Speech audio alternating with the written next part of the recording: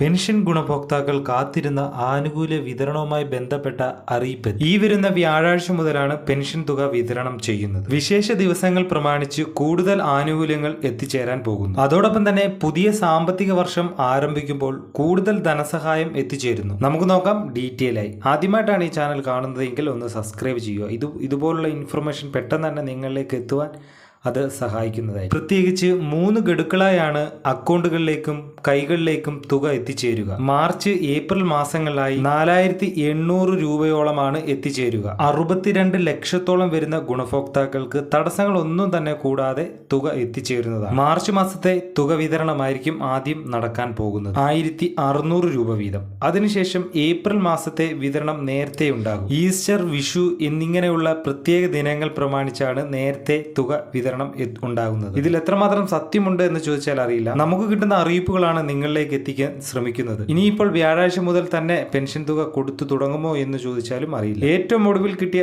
അറിയിപ്പാണ് വ്യാഴാഴ്ച മുതൽ പെൻഷൻ തുക വിതരണം ചെയ്യുമെന്ന്. എല്ലാവർക്കും തുക കിട്ടട്ടെ എന്ന് ആഗ്രഹിക്കുന്നു. അടുത്ത നല്ലൊരു വീഡിയോയുമായി വീണ്ടും കാണാം. Good bye.